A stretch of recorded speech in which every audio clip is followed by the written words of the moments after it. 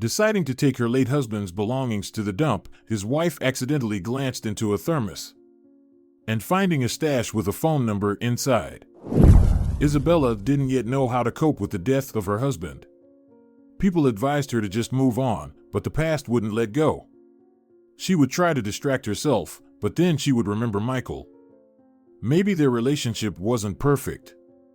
They lived like everyone else, sometimes argued.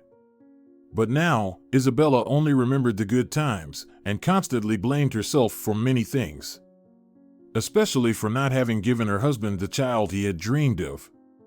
And she had also tortured him with foolish jealousy, which, at times, had some basis.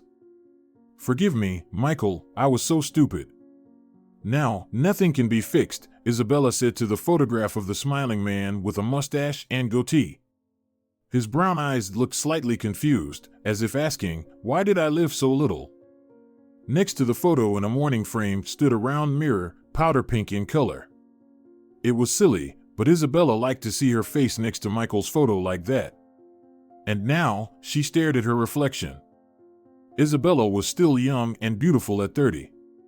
A natural blonde with small but expressive gray eyes with a hint of mist, which had once sparkled with mischief, now appeared sad. Her features were regular, but Isabella found them somewhat dull. She envied those with full lips, curls, generous busts, and everything that set them apart from the crowd. Isabella, on the other hand, was the embodiment of normality.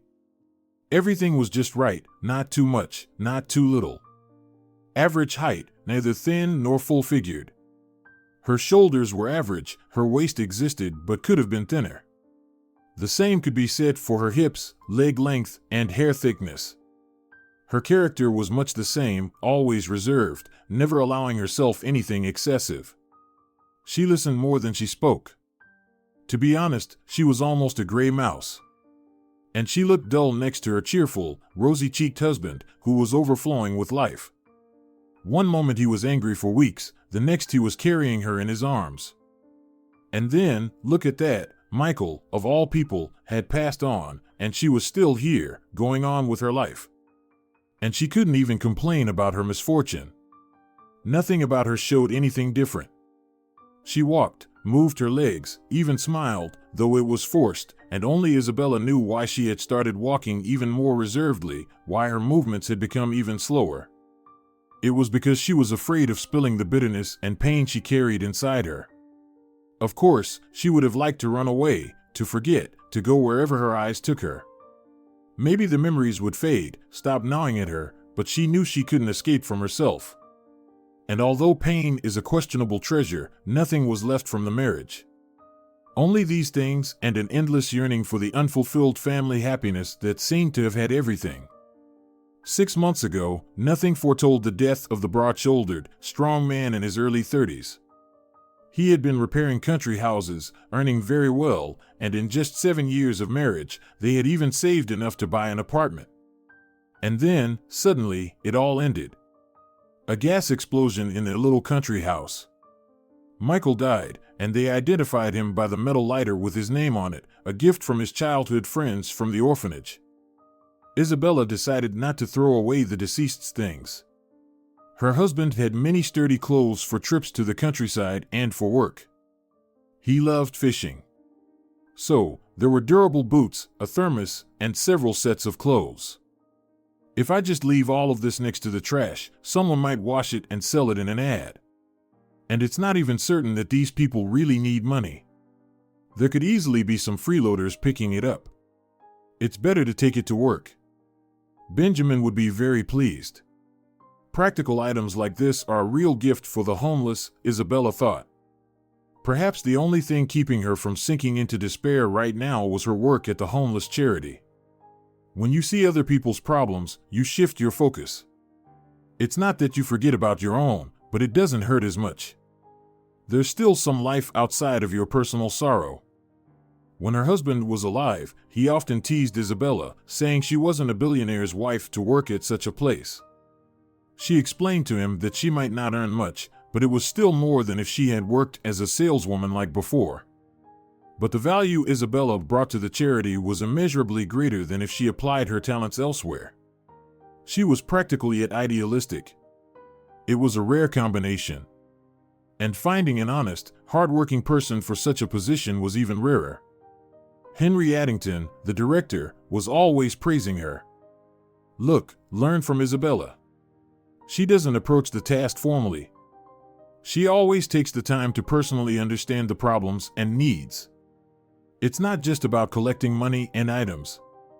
They also need to be distributed properly in a way that doesn't offend people. Oh, please, Mr. Addington, don't praise me too much, Isabella blushed, but she was pleased. The elderly man, like her, dedicated himself to their cause with all his heart. In many ways, he had become a father figure and mentor to her. He supported and guided her. Just 2 days ago, almost casually, he had said, "Listen, Isabella, this guy they call the doctor, well, that's what the other homeless people call him. He's a good guy, but he doesn't engage. I can't figure out how to help him. He's got a whole group of people under his leadership. Do you have any ideas?" Isabella immediately understood what he meant. Henry wasn't actually asking for advice, he was just suggesting that she try to connect with this Benjamin, whose real name was the doctor. There was a backstory to his nickname. This relatively young man had once been a doctor. It was rumored that he had been set up. He had served time for a botched surgery, which the hospital director had been responsible for. Since then, he had been angry with the whole world. And to make matters worse, his personal life had fallen apart. He had just gotten out of prison, and his wife had sold their apartment and moved out. However, Benjamin himself had signed a power of attorney for her. But of course, he hadn't expected things to turn out this way. His wife had told him she wanted to sell the apartment and buy a smaller one because she was going mad with boredom, couldn't work, and that's why they had no money. But it turned out that, if she missed anything, it was money. Once she got it, she was gone. Henry Addington learned all of this. He found out from the guys who had been wandering around under the guidance of the doctor. He treated them and helped them survive. Well, I don't even know what to do. You tried to get him a job, but he refused. Isabella was scared. She wasn't ready to take on such responsibility. Well, yes, and they also saddled him with debts for the benefit of that injured person, not by his fault. So, even if he did find a job with a regular salary now, he still wouldn't have anything to live on. His cards are blocked, the debt is enormous and keeps growing every year. So his salary would be like a thimble of water in the ocean. That's why he's depressed. He doesn't want anything. He just takes odd jobs for cash sometimes and treats his guys, said Henry Addington. Well, I can try to feel the situation out and I'll tell you everything then. Isabella truly didn't understand how she could help this doctor. But as she began sorting through her husband's things, an idea came to her: she could give them to these guys. That way, she'd kill 2 birds with 1 stone, she'd find a good home for the things, and she'd also fulfill her boss's request. The doctor was found at his favorite city dump, with blue eyes, a determined chin, and standing nearly 2 meters tall. Benjamin could have been quite handsome if he pulled himself together and started living a normal life. Probably, when he was a surgeon, the nurses and orderlies couldn't get enough of him. How life has turned out, Isabella thought bitterly, but then pulled herself together. She couldn't show pity. The doctor was a proud homeless man. As strange as that sounded. In fact, this was often the case in their foundation. Even if a person hadn't had any ambitions in their normal life, once they hit rock bottom, they became stubborn, touchy, impatient, and even arrogant. According to Isabella, poverty, dire poverty, and constant danger could spoil a person's character much more than wealth. Though, to be honest, the young woman didn't know many wealthy people. Maybe just Edwin, the owner of that infamous house, except for Edwin, the owner of that infamous house where her husband had died during the renovation. He even paid for the funeral, modest though it was, but still quite decent. He showed sympathy, even though he wasn't obliged to. But the owner of the company where her husband had worked didn't give a penny. He said, "Your Michael was paid in cash, he wasn't officially employed, so you won't be able to prove anything." Yes, that's how it was. All rich people were different, but the poor were the same. The same speech and the hopelessness in their eyes, which they unsuccessfully tried to hide under a mask of feigned indifference or even a kind of bravado. Like, so what? Life? I'm not afraid of you. It can't get any worse. Wow, this is great. And it's not even New Year's, Benjamin said happily and started distributing things among the other vagrants. Thanks especially for the shoes. Oh, it's good your husband had such big feet. Had, at the last word, the doctor stumbled and blushed. By nature, he was a delicate person, not wanting to remind the widow about her husband's passing. Like the other vagrants, he was acutely aware that no one should ever be reminded, even of a small injury, let alone something so serious. A person isn't made of rubber, they endure and endure, but who knows what their limits are? At any moment, the breaking point can come. Benjamin knew that from experience. So, he immediately decided to make amends. He put on a falsely cheerful face and complimented the shoes again, more, as they say, not less. And the sole isn't glued on, it's solid, these will last. And if anything, we'll put patches on them. A good thing, in a word. Well, wear them in good health. Isabella was pleased that the usually stern and gloomy doctor was now grinning. And how delicate he was. He didn't ask too many questions about the deceased, sparing her unnecessary pain. Isabella was already preparing to leave. She looked back one last time, pleased to see that the doctor was admiring the thermos with a look of wonder. It was so big, yet he was as happy as a child. He decided to keep that one item for himself. Everything else, he had given away. Isabella waved at him and headed for the bus. But after walking for about 10 minutes, she heard an excited breath behind her. She was even startled. Who knows what kind of people still live at the dump? Yes, she should have agreed to let someone accompany her. Even though it was daytime, anything could happen.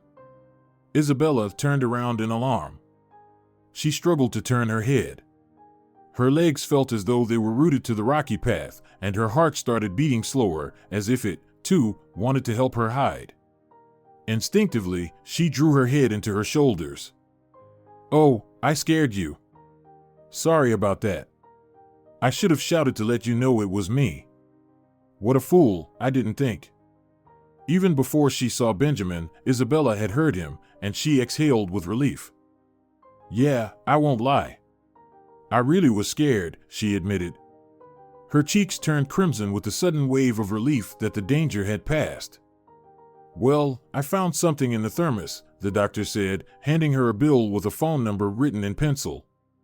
It's kind of strange that Michael kept money in a thermos. And why would he hide a stash from me? And whose number is this? Isabella froze, not knowing what to say. The vagrant waited, watching expectantly, but she still didn't say anything.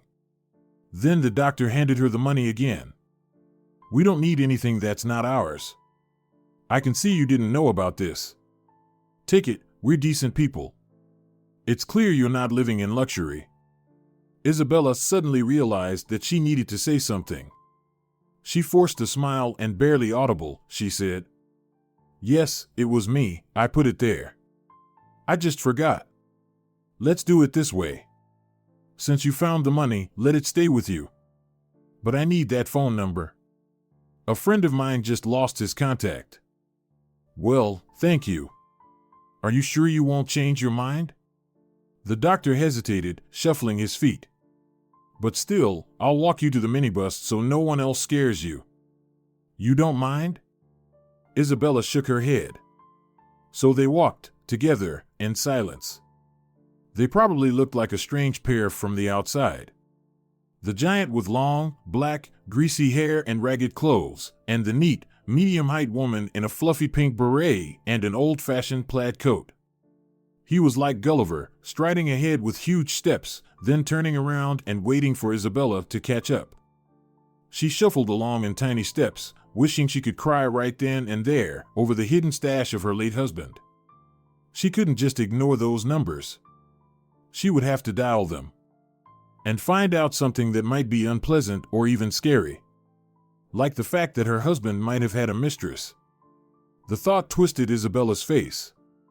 But when Benjamin asked if she was all right, she said that she just didn't like the autumn rain, while thinking to herself, and also, I really don't like secret surprises, especially when there's no longer anyone in the world from whom they can be discovered. When she got on the bus, she burst into tears. An elderly woman, who had accompanied her, interpreted it in her own way. Sweetie, sometimes men fall low. You can't be responsible for him. He made his choice. That's not my husband, Isabella said, crying even harder at the thought of Michael and the fact that she would never get him back.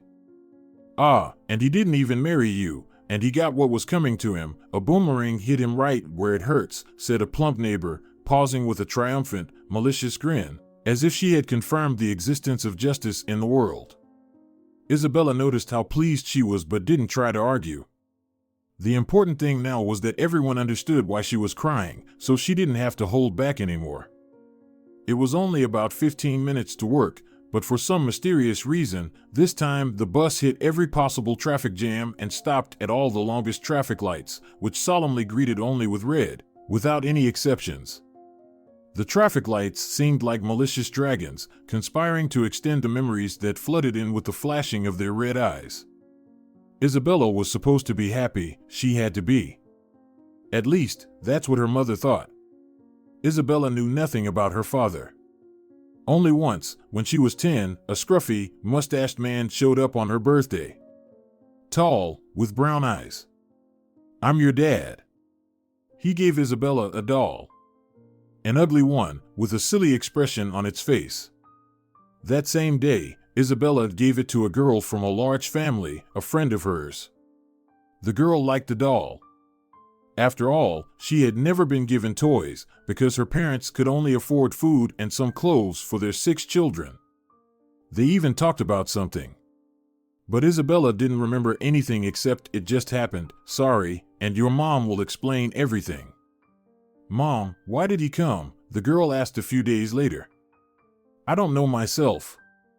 You see, there was hope that his conscience would wake up, her mother told a long, tangled story. From it, Isabella gathered that this tall, mustached guy had left her mother just before their wedding, in front of all the guests. He simply got scared and thought he wasn't ready for such responsibility. Her mother spoke in brief, emotionless words. But the large, stubborn teardrops gave her story a bitter and painful tone. Although she kept repeating every 5 minutes that it no longer mattered and that she had forgiven him long ago. Mom, did his conscience ever wake up? Isabella asked. No, and I so wanted to buy you a new fur coat for winter, some boots too. I even asked him to give the gift in cash. I humiliated myself. What a fool I was. Her mother burst into tears. Her shoulders trembled. Her knees shook. She wailed faintly, like a forest bird, then rasped like a jaguar wounded in the jungle, unexpectedly struck in the heart by a hunter's single, precise blow. Mom, why are you crying over nothing? We'll just update the old fur coat, no big deal, and we'll figure something out with the boots. Aunt Lillian said her daughter's foot grew out of shoes in just a month. She'd probably sell it at a discount. Isabella was talking about the neighbor who lived 1 floor above. Her daughter was a year older. Lillian often sold them large, unnecessary items for what you'd call a bargain. Her daughter had a ton of relatives who loved giving her things.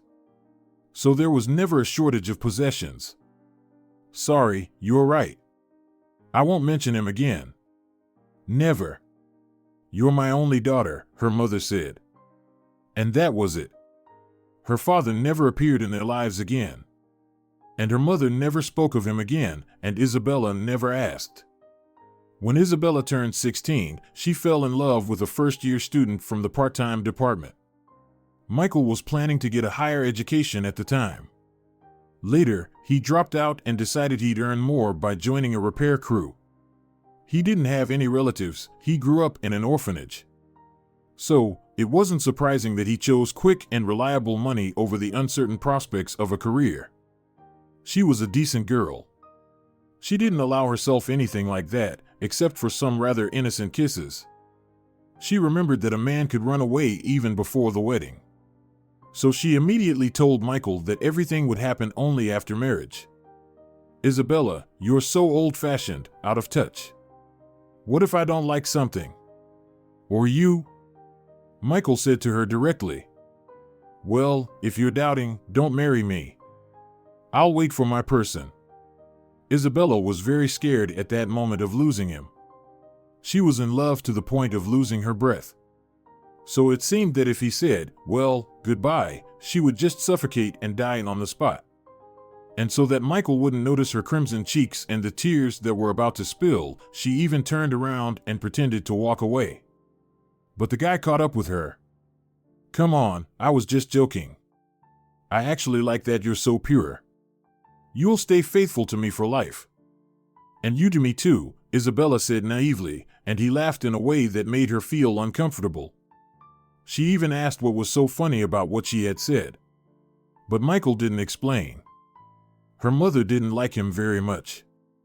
Sweetheart, I'm not trying to interfere in your life, but there's something slippery about Michael, kind of arrogant, I don't know how to explain it.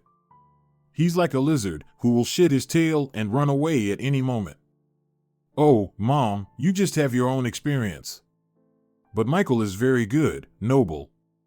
He even agreed to wait until marriage, Isabella said, blushing. Well, sweetheart, a stamp in the passport doesn't mark you for life. And it doesn't guarantee anything. You see, we're living in a time when everything depends on the honesty of both the husband and wife, nothing else. People cheat in marriage, they leave, they do all sorts of things.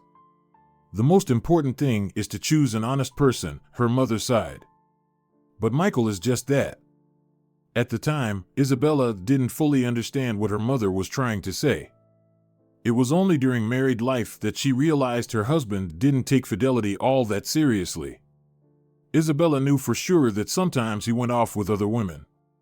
But since she never caught him in the act, never found any messages, she preferred not to think about it.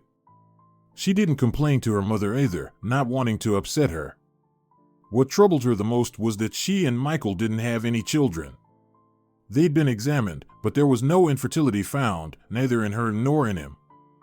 Don't worry, sweetheart, don't rush, you're still young. Her mother didn't pressure her for grandchildren like many others did.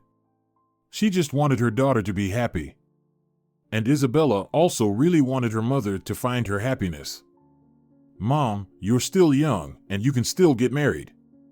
In our time, you'd be a perfect bride, and what a beauty you are. Her mother just smiled. She joked that if God had spared her and kept her from marriage, it meant it wasn't her destiny to be in one. There was no point in trying, the sign was too obvious. And only when Isabella turned 25 did her mother finally tell her why, when she was 10, she had still turned to her father. It turned out that for many years, her mother had been fighting cancer, and she managed to do it in a way that Isabella never noticed. She said she was losing weight and liked wearing wigs because she was looking for a new style. And when Isabella was little, sometimes she'd ask their neighbor, Lillian, to stay with her. Only now, all the details of the puzzle fit together. Her mother had nearly died back then. She'd agreed to surgery, even though her chances were slim, and she survived. Maybe it was also because Isabella's father was so irresponsible, offering no hope or help. He did come to her mother's funeral, though Isabella hadn't said anything to him. He said some gentle words about loving his daughter, no matter what, but that fate had turned out this way. He didn't leave a phone number, didn't offer any help. He was, as always, true to his character. However, Isabella didn't expect anything different. A year later, Michael said, "I've been thinking. You have some savings, right? Why are we cramped in this one-room apartment the government gave me? Let's sell your one room, my place, add our savings, and buy a nice 3-bedroom apartment. I really hope we'll have kids someday," he proposed. "Well, I'm not ready for that yet. Are you sure we'll be together for life and won't end up separating later?" During that time, although Isabella felt lonely, she couldn't help but notice her husband's lively conversations in the bathroom. He always turned on the water so his wife couldn't hear anything. Isabella asked him why he needed to talk there. But Michael mumbled something incomprehensible in response and turned red.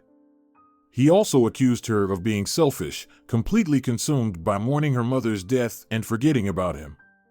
It was hard for him to look at her sad, dull face all day long. Isabella even started to think that maybe her husband had fallen out of love with her and was planning to divorce her. And then he came up with this proposal, merging their apartments. It was clear that she was doubtful whether it was a good idea. Isabella, you're wrong not to trust me. Just because I sometimes talk to friends to distract myself, it doesn't mean you're not important to me. I've never cheated on you. Trust me, and I want to have children only with you, he said. After a while, Isabella agreed. Because after that conversation, her husband really did change for the better.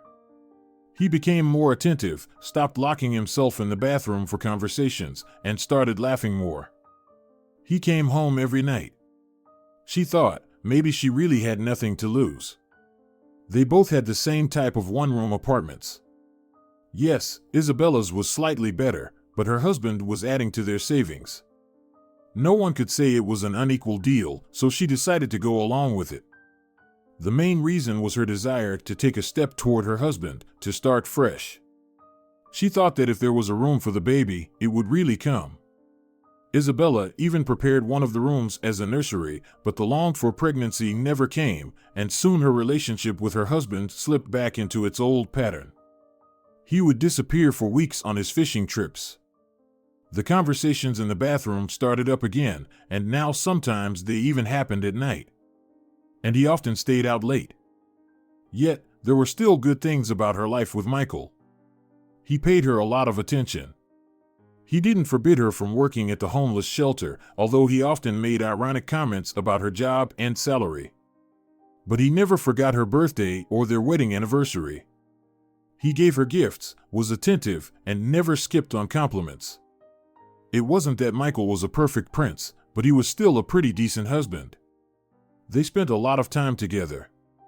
He was always ready to listen to her, and most importantly, he almost never reproached her for not being able to have children. He even said, "Isabella, don't worry so much. Family isn't just about having kids. The important thing is that we found each other. If you have a child, great. If not, we'll handle it. Besides, we can always adopt." So, when Isabella sometimes got upset with him, she always remembered how rare it was to find a man who was so understanding. In fact, Michael sometimes even helped with cleaning, not often, but it did happen, and on holidays, he'd help with cooking. And the most important thing, he was her first love and her first man.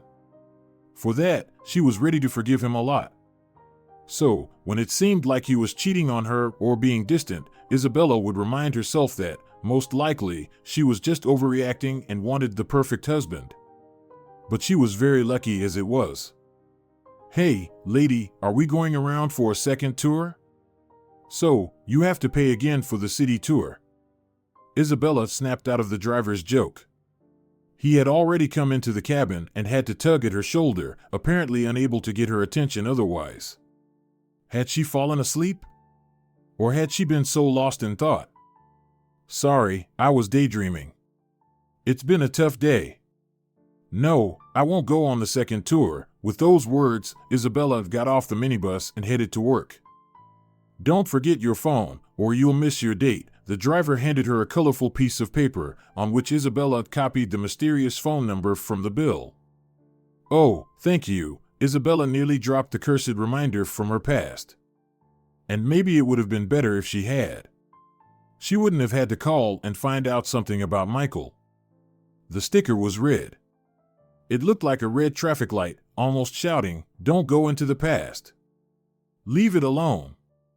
You'll release some unknown genie from the bottle, and how will you get it back?" Isabella thought about it all week, but when the next weekend passed and a new one began, she thought, it's better to know everything than to keep suffering like this. In the past week, she had lost quite a bit of weight and had almost completely lost her youthful appearance. Michael's photo suddenly seemed almost unpleasant. The late man looked out from the black frame, self-assured and cynical. So, before her mind completely broke, Isabella decided to find out everything. She dialed the number. Almost immediately, a man answered. Orphanage. Hello. What can I help you with? Well, you see, my husband left this phone number. Isabella wasn't sure what else to say.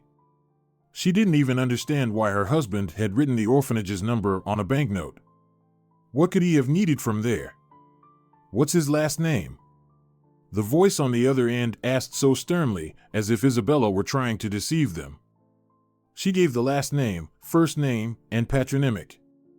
Only then did she realize she needed to mention that Michael was no longer alive. But she didn't get the chance. The caretaker who answered had already started flipping through the visitation log. Ah, yes. Michael visited Christopher.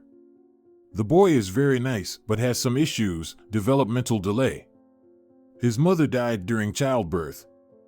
They say she was warned that if she gave birth, she wouldn't survive either her, or the baby, or both.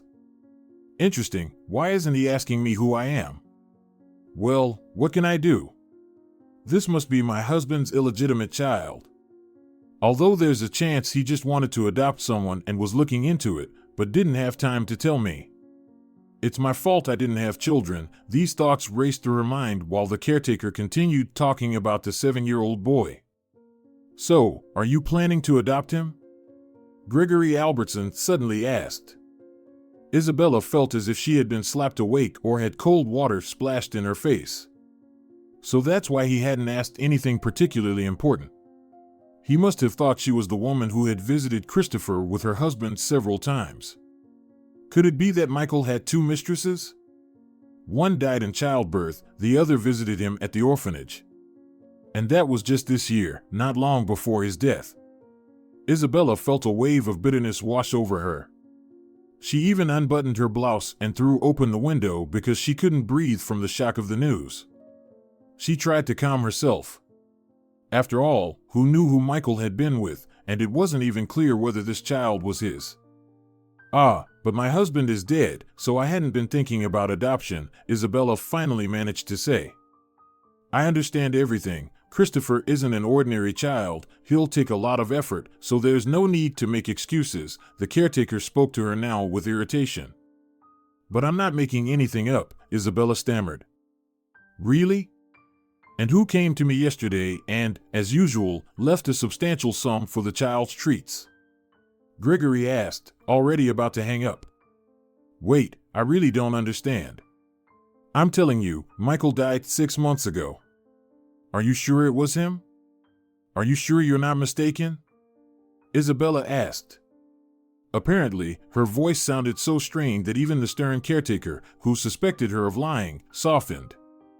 After a brief pause, he said, I wish I could say something different, but I really saw your husband. I don't know what kind of relationship you had, but I mean, it wasn't you who came with him. I've never been to your orphanage. Well, I don't know what else to say. If you need anything, feel free to call, the caretaker said, ending the conversation. After finishing the call, Isabella grabbed her husband's photo from the shelf and hurled it at the wall with all her strength. So you're alive? That's how it is. Living somewhere without me, like nothing ever happened. Planning to adopt this Christopher, and you don't give a damn about your wife? The plastic frame didn't even crack. Isabella picked up the photo, wiped the dust off, and placed it back in its spot. She thought, what if the caretaker was mistaken? After all, anything can happen in life. There must be some reasonable explanation. What should I do? I can't exactly lurk in the orphanage like a stalker. No one would let her do that. And the camera footage wouldn't help either. The caretaker made that clear. I should call Edwin Brickman, the owner of the house where Michael died. Maybe he can help? Maybe he'll notice some details I missed? Isabella remembered that there hadn't really been an identification process. They had only found Michael's lighter and his half-burned shoes. There hadn't even been a genetic test. Michael had been born in an orphanage, and no one knew if he had any living relatives, and if so, where to find them. Isabella didn't really want to unravel this knot, but she couldn't stop. The thought that her husband might still be alive wouldn't leave her. So, reluctantly, she dialed the businessman's number. "Let's meet." I understand it's hard to come to terms with the death of a loved one. Edwin thought that Isabella just wanted to talk again about her husband's death and see the exact spot where they found his body. The next day, she took the day off work, headed to the fateful house, hoping to uncover any details at all. "Mr. Brickman, I don't want to beat around the bush. You should know what brought me here." Isabella honestly laid out the details of her conversation with the caretaker. The businessman didn't think she was crazy, as she had feared. The middle-aged blonde, already starting to go gray and of short stature, looked at her with perceptive eyes. "You know, there was a hidden compartment in my house. I kept a large sum of money and some jewelry there. Don't think anything illegal, I just managed to avoid paying certain taxes." Isabella's heart raced in panic. That was the last thing she needed. Was it possible that her husband had intentionally faked his own death, stolen this wealth, and now was living it up with a mistress, forgetting all about her?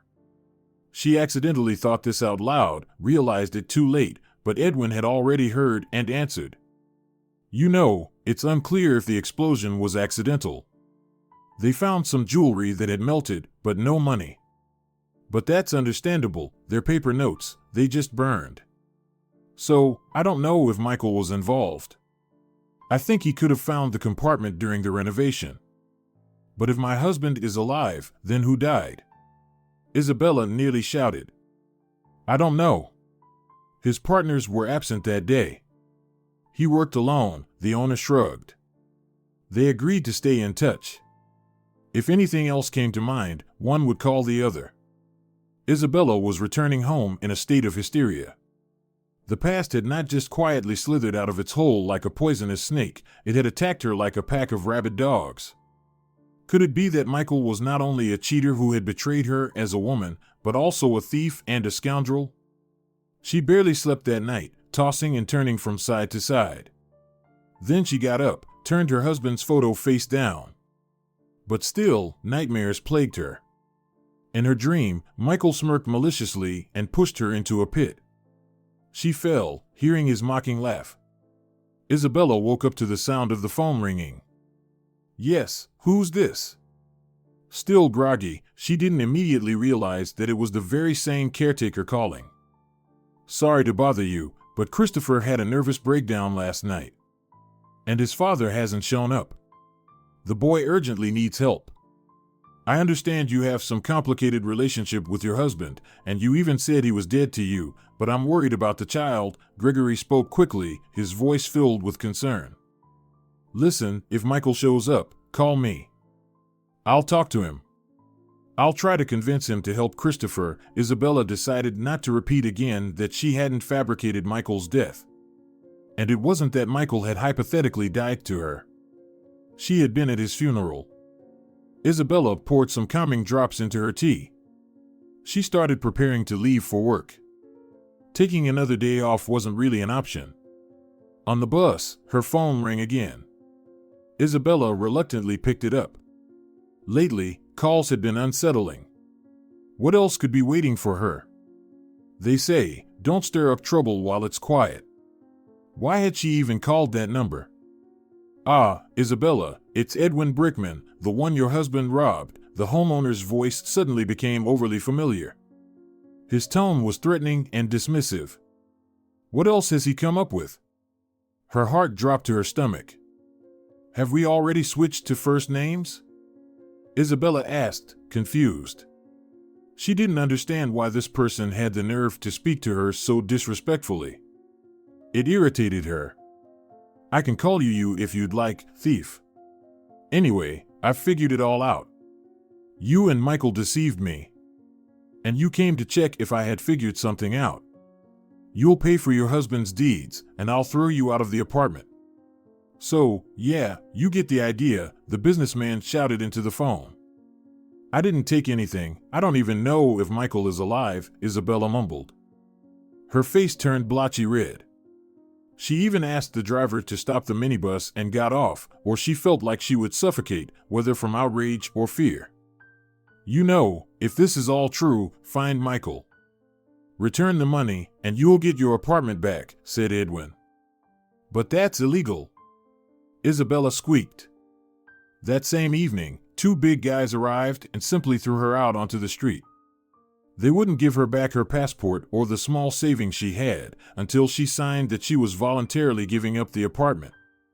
What she remembered most vividly was a crooked-toothed, bald brunette with tattoos who showed her a syringe and whispered in her ear, "If you don't want to cooperate, just one shot and you'll have a heart attack. And we'll forge your signature anyway.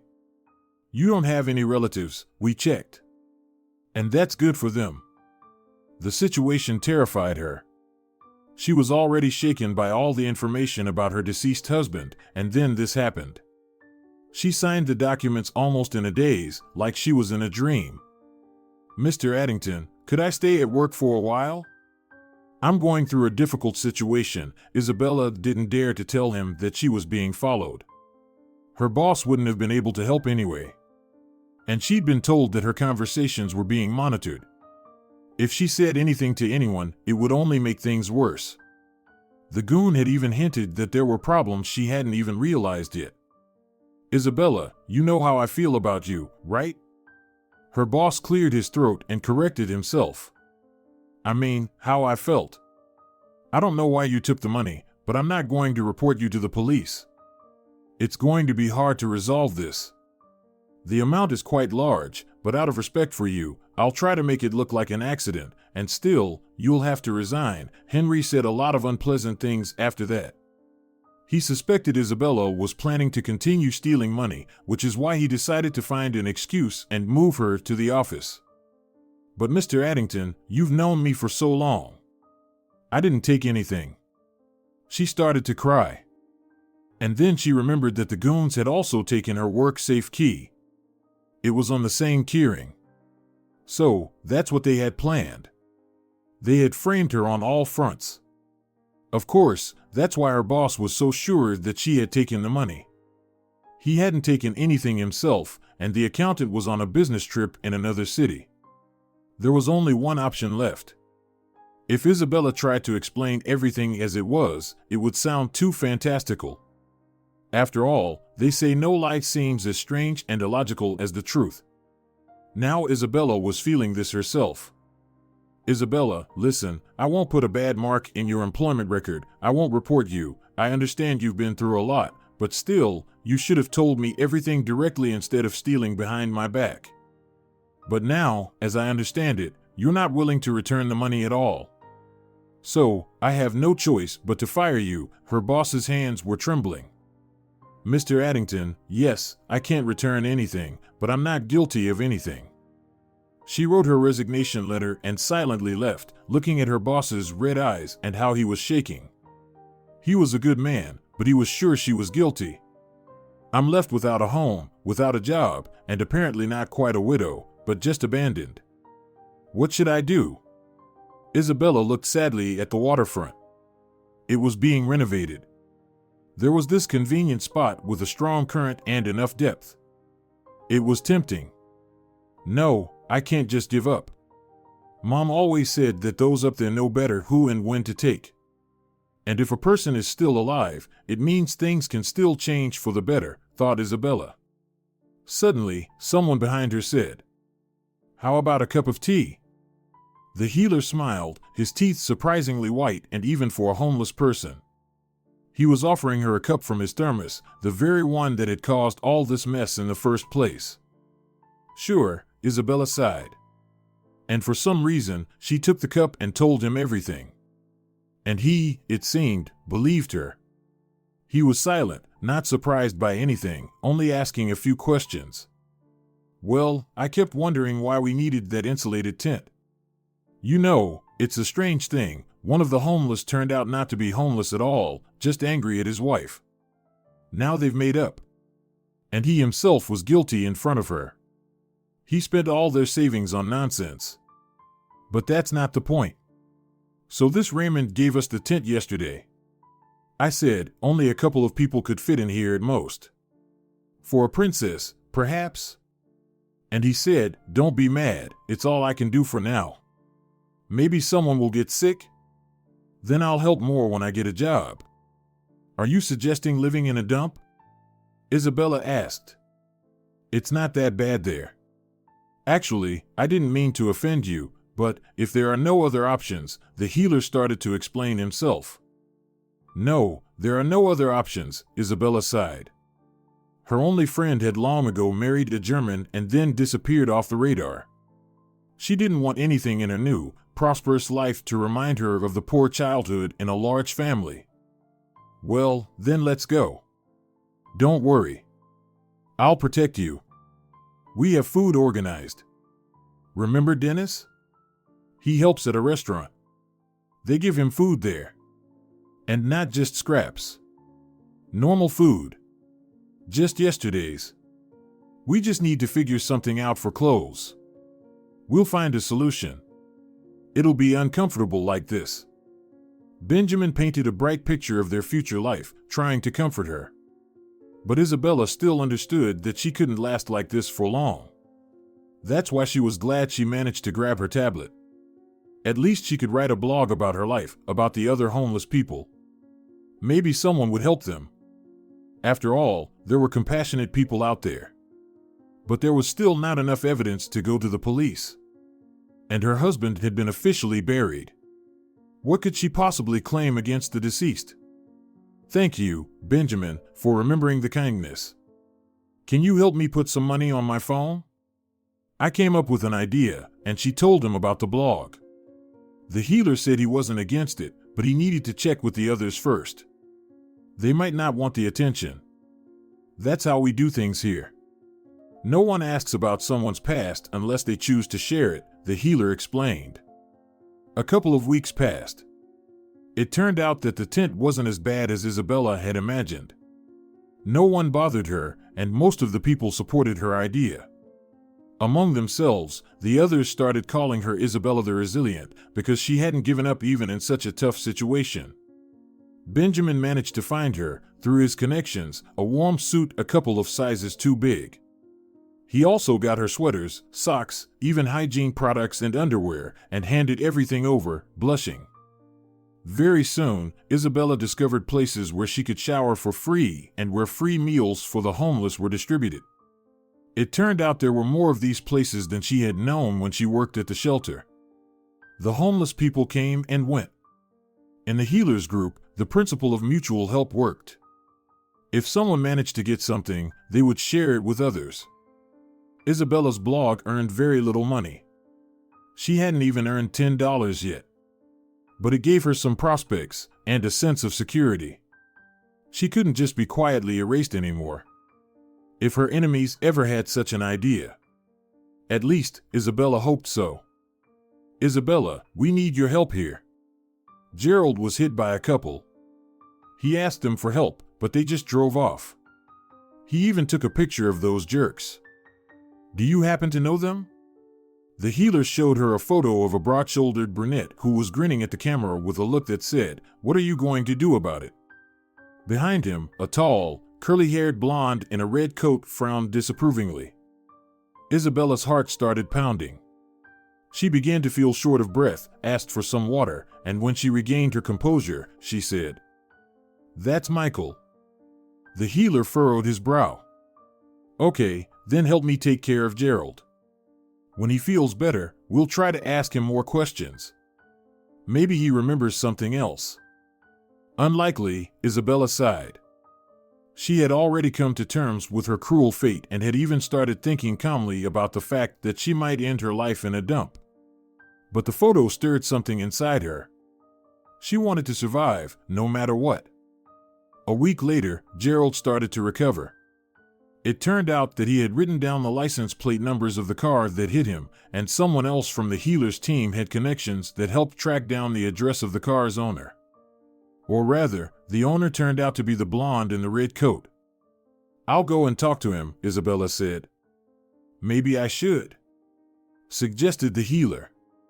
When she firmly refused, he added that he wouldn't interfere, but if needed, all she had to do was say the word. Then Benjamin would do whatever she asked. Thank you. I don't even know why you all do so much for me. I must be a burden, taking up the VIP tent, Isabella smiled. You're our good luck charm. Plus, we remember kindness. And honestly, if things had worked out differently, the healer suddenly blushed at those words. But Isabella understood anyway. He liked her. Actually, strangely enough, in this short time, Isabella had also developed a soft spot for Benjamin. But a wedding in a dump was a bit too much, so she didn't express her feelings. Still, the other homeless people had somehow figured out that Isabella the Desperate was the healer's fiancée. They even explained it to the newcomers, though in whispers, Isabella still heard it. And of course, Benjamin knew everything. For the meeting with her husband, Isabella changed into her usual clothes. She tidied herself up and even put on makeup. She didn't want to look pathetic. She rang the intercom. What will I say if his mistress comes out, she thought in confusion. But then the door opened, and there he was. He'd grown a beard. His mustache was even longer. You wouldn't recognize him right away. But Isabella immediately understood it was Michael. Not bad for a dead man, she said. She actually had other phrases prepared. She wanted to ask how he dared to do all this, and so on, but in the end, she said the first thing that came to mind. Thanks. But you've kind of lost your sparkle. Missed me? Michael didn't even try to explain himself. He just asked. So, where did I slip up? How did you find me? Does anyone else know? Ah, so that's what worries you. Your safety.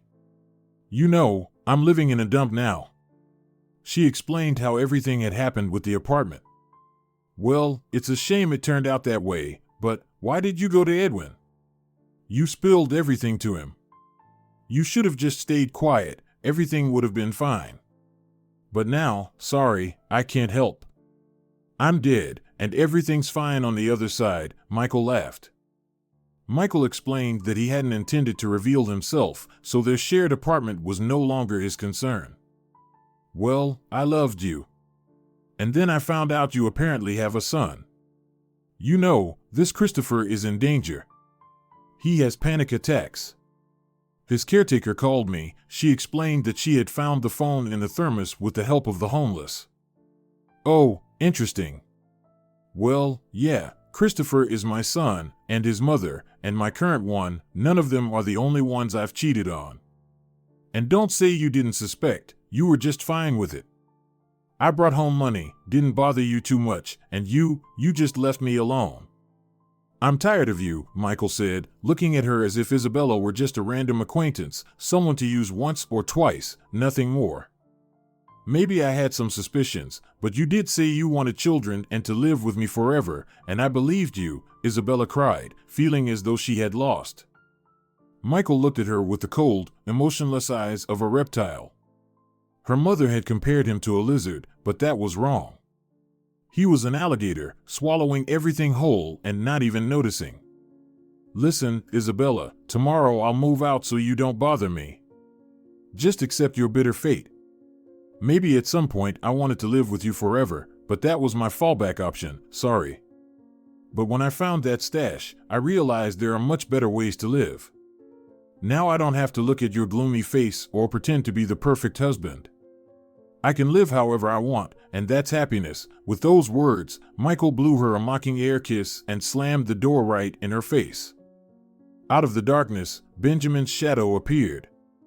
What, Isabella, want me to knock some sense into him?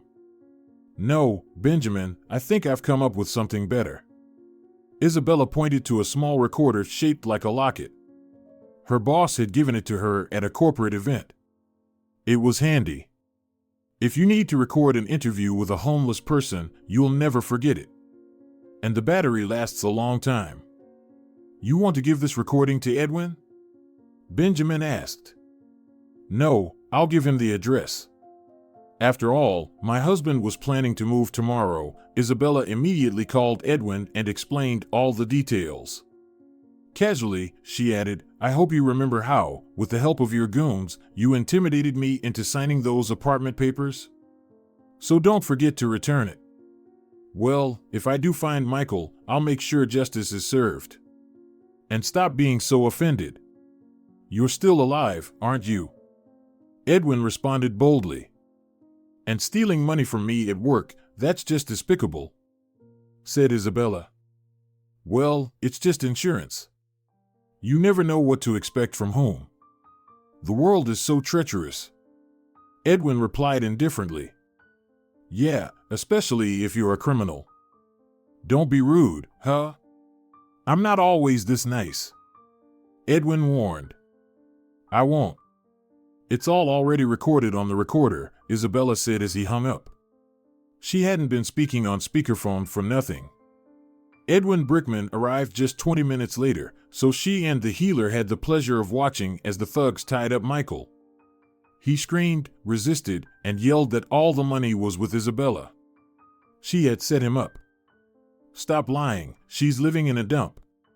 No sane woman would do this if she had anything left, Edwin said to him. You don't know her well. For money, she'd do worse, Michael continued to shout. The healer then told Isabella. Looks like he figured out that your meeting with him is tied to this one. Isabella quietly laughed. After everything that had happened, her husband definitely deserved this.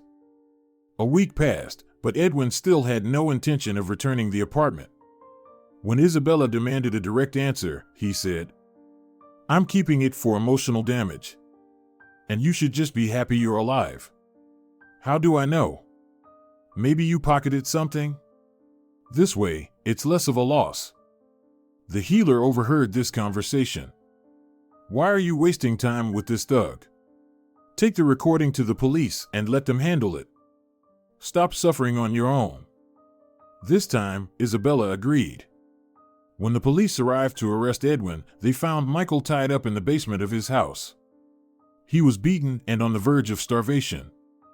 He had hardly been fed, and water was a rare commodity. So Benjamin's advice saved her ex-husband's life. The police also discovered that the money Michael had stolen wasn't even washed clean, as Isabella had claimed, but was actually earned by Edwin through smuggling. In the end, both Michael and Edwin, along with the thugs who had helped him with his schemes, found themselves under investigation. Edwin Brickman unwittingly contributed to the popularity of Isabella's blog. He had journalists write an article accusing her of being a fraud, and he mentioned, "This sly fox just wants more fame. She's even living in a dump for it." But the news didn't go as Edwin had hoped. Isabella quickly gained a huge number of followers. Journalists helped her recover her apartment in no time. And she also became a guest on many popular TV shows. On one of them, Henry Addington even apologized to her, practically getting down on his knees. "I'm sorry, I'm such an old fool. If only I had known that you weren't to blame and that everything was so bad. They're right when they say you shouldn't judge anyone." Isabella forgave him, but decided that she would no longer work at the old foundation. Instead, she would open her own. Although she wasn't expecting fame or recognition, there were so many donations and offers to help that it became a real possibility. The first thing Isabella did was help the homeless from the healers team, who had become like family to her, get back to a normal life. Some she helped find work, others reconciled with their families. A few moved into a proper shelter, which she rented, and began helping others. As for Benjamin, Isabella helped him get his medical license reinstated. Journalists she had befriended conducted their own investigation and enlisted detectives. It just so happened that the hospital director who had framed Benjamin was planning to do the same with another unwanted doctor. So, the investigation not only saved Benjamin, but also another innocent surgeon. Now, the healer was back to his old self. He resumed treating patients.